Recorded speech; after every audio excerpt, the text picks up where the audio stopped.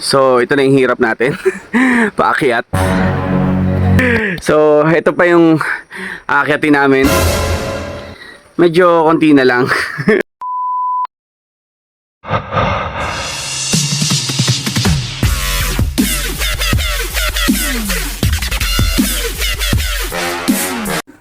Ayan guys, we're entering na ng Buskalan. So ayan, yung mga lalakaran natin. Parang gandun lang naman yun. Tapos ayun yung taas yung Buskalan. Sa ngayon, sementado na siya. Dati parang ganito lang siya kung lalakaran mo. So ngayon, organized na. Ganda oh. So ito na yung hirap natin. Paakyat. After 18 hours ng driving, tapos magte-trek ka ng ganito. So sana sulit pag-akyat. Apo, maawa ka, apo ang od. Ang taas. Yan. So yun, medyo konti nakakahingal. Duro mo naman, may dala ako malaking bag. Tapos nag-drive tayo 18 hours. Kasi yun yung paakyat.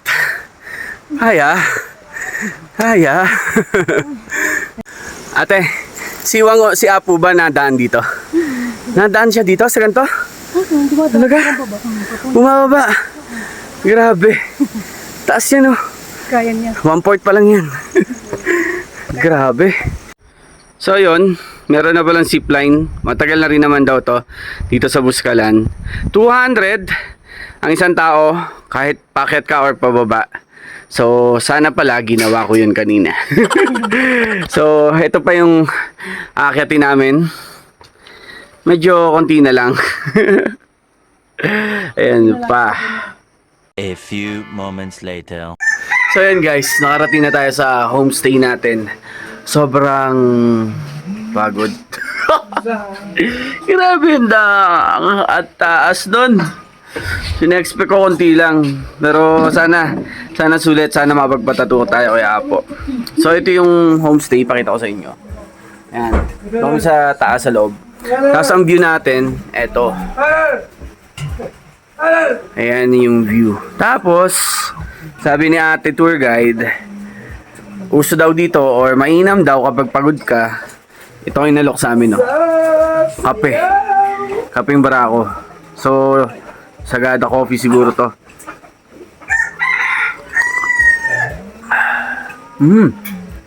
Nakaka-relax daw. So, tingnan natin. Imbis na tubig, kape. Ang ganda dito sa taas, grabe. So yan guys, pakita ko sa inyo ang aming homestay. Dito kami sa part ng bahay na attic. Ayan, bintana. 2, 3, 4. Napakaraming bintana at sobrang lamig. Tas ito, yan oh. Ang ganda, ang linis, malawak. Wow. So, sulit to. Sulit sa 2.5 na package kasama to. Yan, ang aming homestay. So, sabi nung tour guide, paggabi daw, saraduhan daw namin kasi sobrang lamig daw dito. So, yun. Mukhang mag-enjoy naman kami sa aming tulugan. So, yun, si Mrs. Stickman, start na siya ng tattoo ng apo, ni Apo. Yan. So, ang stencil sa kanila, drawing lang talaga. Kasi yung iba talaga, di ba, yung kinakarbonize parang ganon. So, ang lupit to. Tapos, kahit medyo malabo ilaw, laban na. Galing oh, talent talaga.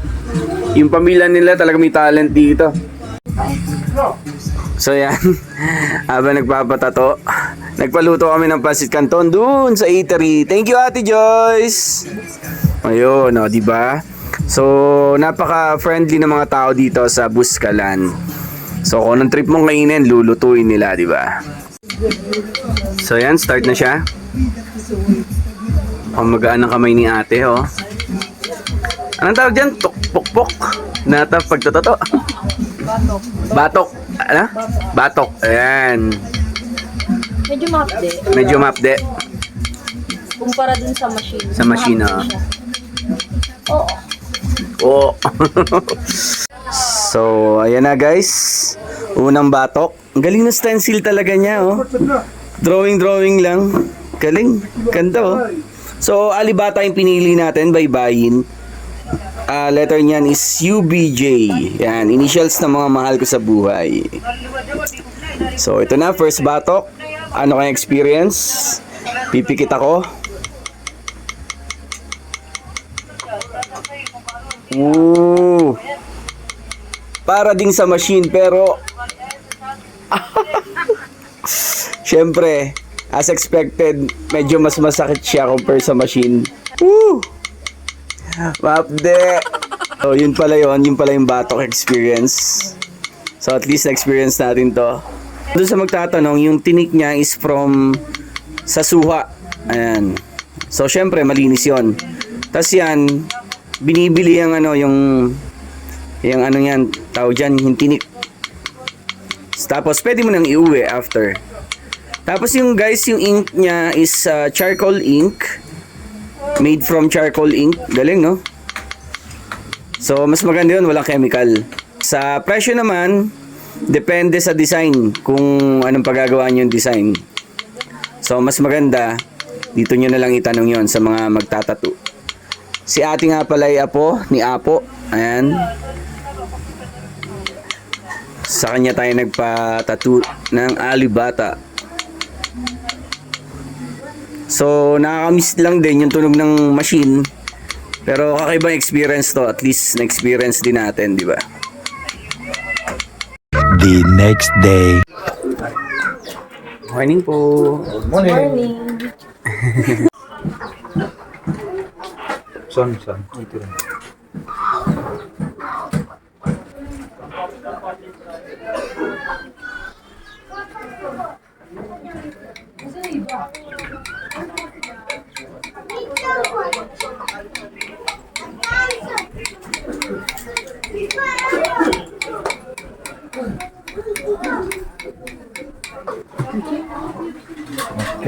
Ayan ang ating legendary Apo ang Odd. Picture! Matapos na picture. Ito yung kanyang station. Ayan. Dami ng tao. So, picture lang. Ayan, picture. Thank you po. So, yun guys. Kita nyo naman, ang init, ang taas ng araw, pero malamig dito sa Buskalan. Ayan. So, yun. Finally, we have our signature tattoo. Tas nagpagawa tayo ng Alibata. So, yun guys. This is my tip sa mga pupunta dito. Una-una, hindi tayo sigurado or hindi guarantee na matatatuan kasi maraming ganap si Apo Wang Odd. So, meron ding pila, ganyan. Pero doon sa mga pupunta at magta-try, you have two options. Yung una is yung via travel and tour. So, kasama na doon ang transpo, accommodation, meal, and tour guide. Ayan. So, second option is meron na kaming contact dito na tour guide. Tapos, pagdating nyo dito, kung may dala kayong sasakyan, siya na lang yung kukontakin nyo, tour guide plus accommodation. Siya na yung maghahanap ng accommodation at saka slot sa tattoo. So, nasa kanya na yun. Pero syempre, do sa fee na yun, bukod yun bayad kay Apo Wang Odd sa pagtatattoo. So, marami naman nagtatattoo dito, mga bata, mga babae, mga apo. So, doon natin pinagawa yung Alibata. So, mas maganda daw weekdays pumunta para pag minsan kasi weekdays wala talagang pila, kakunti ang tao. Kung gusto niyo talagang magpa-tattoo ng signature tattoo kay Apo Wang Odd. So, yun, enjoy naman. 18 hours from San Pablo na drive. Sulit naman yung pagpunta dito, ma-experience mo yung lugar. Kahit ganyan kainit, malamig ang panahon. Tapos, trekking na almost 1 hour. From there, tapos lalakad doon yun. So, kaya naman. Pero yun 18 hours, tapos nag-trek tayo, tapos nag-tattoo. Di ba? So, yun. Visit nyo na rin to, Buskalan Village. Maganda yung lugar. Para kang nasa ibang lugar. Syempre, sa ibang lugar. So, yun. Must visit this place, guys.